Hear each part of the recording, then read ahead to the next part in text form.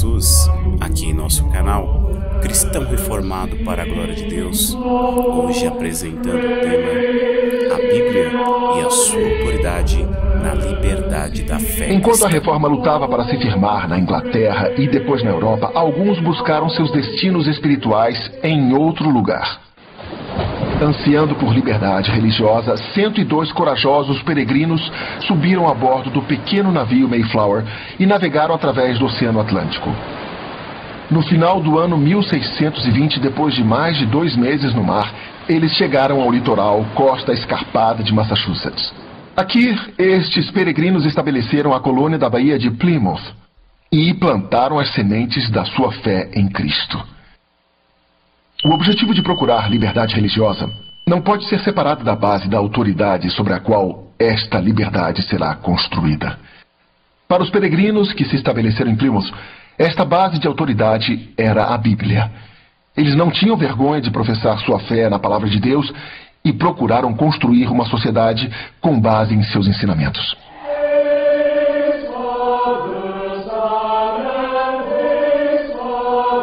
Qual é a origem do direito de comandar e manter a obediência? Isso vem do fato que as próprias Escrituras são realmente inspiradas e infalíveis palavras do verdadeiro Deus vivo. O direito e o poder de Deus de comandar e nossa responsabilidade de obedecer é inerente nas próprias Escrituras. Os peregrinos eram bem parecidos com os reformadores e, assim como os reformadores, eles queriam que a igreja tivesse sua base na autoridade das Escrituras. A diferença entre os primeiros reformadores é que eles reconheciam o fato de que isso não iria acontecer. A igreja não teria sua base na autoridade das Escrituras. E a única maneira de formar uma sociedade em que a igreja tivesse sua base na autoridade das Escrituras seria dando início a uma nova sociedade. Então, eles se separaram uns dos outros. Em alguns escritos, eles são chamados de separatistas, em vez de peregrinos. Eles realmente divisaram algo que era chamado de Mayflower Compacto, e isso também era baseado na palavra de Deus. Na verdade, o Mayflower Compacto se tornaria, de muitas maneiras, algo parecido com uma pedra fundamental na Constituição que mais tarde seria escrita para essa nação. O apóstolo Paulo diz que toda a Escritura é inspirada por Deus e útil para o ensino, para a repreensão, para a correção, para a educação na justiça, a fim de que o homem seja perfeito e perfeitamente habilitado para toda boa obra. E isso quer dizer que em todos os processos da vida, seja o aprendizado, seja corrigir o mau comportamento, seja seguir o caminho certo ou aprender pela disciplina os novos comportamentos da vida, ela é a palavra de autoridade que realmente realiza os processos de moldagem de uma mulher ou homem de Deus. Os peregrinos eram puros em seu motivo para estabelecer uma sociedade que operava completamente sob a autoridade da Bíblia. Mas, nas mãos de homens falíveis, esta ideia era difícil de manter. Ao longo do tempo, eles viram, por outro lado, muitos dos mesmos problemas dos quais buscaram escapar em sua terra natal. Há uma lei básica no universo chamada lei da entropia. A lei da entropia diz que as coisas tendem a se desintegrar. É possível ver isso não somente no mundo natural, mas também pode ser visto em instituições e governos. Quando as coisas começam a seguir um caminho de deterioração, trazê-las de volta como eram no início é quase impossível. Então houve um desvio na América e eu não acho que esse desvio possa ser revertido. Creio que o homem vai se tornar cada vez pior, corrupto e sendo corrompido, assim como Paulo disse, nós vimos isso na América. Mas a notícia encorajadora é que, assim como os peregrinos, nós podemos nos separar dos pecados que nos cercam. Pode não ser possível mudar para um novo continente e começar uma nova vida, mas podemos mudar as nossas mentes, podemos começar a honrar a Deus. Pessoalmente, nós podemos atender à autoridade de Deus. A Bíblia dos peregrinos era a Bíblia de Genebra, e era um trabalho maravilhoso. A Bíblia de Genebra era a segunda geração da tradução da própria Bíblia. A tradução da Bíblia do grego para o inglês começou com William Tyndale. Então, temos o Novo Testamento Tyndale, a Bíblia Coverdale, a Bíblia de Mateus, e aí temos também a Grande Bíblia de 1539. Depois da morte do rei Henrique VIII, em 1547, seu filho Eduardo VI só reinou por 6 anos, morrendo em 1553. Seu lugar foi tomado por sua meia-irmã Mary, também conhecida como Mary Tudor ou Maria Sanguinária. E Mary instituiu uma série de verdadeiras perseguições contra os protestantes. Muitos deles se mudaram para a cidade de Genebra, na Suíça.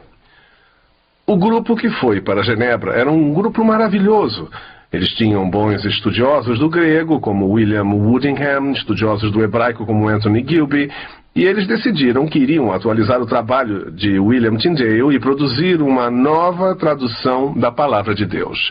Então, quando eu digo nova tradução, devemos nos lembrar que eles não começaram bem do início, mas examinaram cada parte das Escrituras de acordo com o texto em grego. E o texto em grego se tornou mais preciso porque houve adições posteriores ao Novo Testamento grego que foram impressas. Então eles podiam usar os mais recentes conhecimentos dos estudos bíblicos para fazer a nova tradução. Enquanto estavam reunidos em Genebra durante os anos, digamos, de 1553 a 1558, trabalharam nesta Bíblia. A Bíblia em si é um livro simplesmente maravilhoso. Por exemplo, ela possui certas características consideradas novas. Em primeiro lugar, era o tamanho. Isto aqui é o que chamamos de tamanho pequeno. Era para ser diferenciada do que chamavam de fólio, as grandes Bíblias, Bíblias amplas. Esta era mais portátil, era possível ser carregada. Em segundo lugar, era o tipo. Ao invés de usar o que chamamos de negrito ou gótico, eles usaram o tipo romano, muito mais fácil de ler. Esta também foi a primeira Bíblia inglesa a ser versificada. Os versículos foram adicionados para que as pessoas pudessem encontrar as passagens das Escrituras sem muita dificuldade. Então essas características as tornam mais fáceis de usar. Mas há também uma outra coisa. Por exemplo, esta foi a primeira Bíblia, até onde nós sabemos, cuja tradução foi, na verdade, feita por um comitê. Tyndale trabalhou praticamente sozinho. Ele tinha alguma ajuda, mas foi um pioneiro. Agora temos um grupo de pessoas experientes nesse assunto, capazes de utilizar o seu grande conhecimento para conseguir uma tradução muito mais precisa. Uma outra coisa sobre esta Bíblia é que ela é provavelmente a primeira Bíblia de estudos em inglês e tinha o objetivo de ser estudada, e para fazer isso, para tornar mais fácil para as pessoas, ela possuía notas nas margens. Estas notas nas margens estavam ali para ajudar as pessoas a entender o que a passagem dizia. Mas, infelizmente, essas notas nas margens fizeram com que eles tivessem problemas. Mesmo tendo diagramado este livro, ou traduzido este livro em benefício do povo inglês, para que pudesse ler e compreender, não foi aceita pela rainha Elizabeth. Porque algumas dessas notas, na verdade, iam contra a sua ideia de regência divina, e precisamos nos lembrar que reis e rainhas daquela época acreditavam em regência divina. Tudo que o rei dizia era equivalente ao que Deus dizia, e havia algumas notas ali que negavam essa autoridade.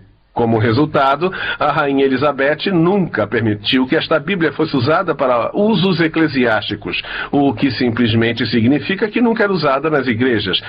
Mesmo não tendo sido usada nas igrejas, ela se tornou muito popular. E o que Elizabeth fez foi encomendar uma nova tradução que foi terminada em 1568. Era chamada Bíblia dos Bispos. Foi feita por 6 bispos e seus ajudantes.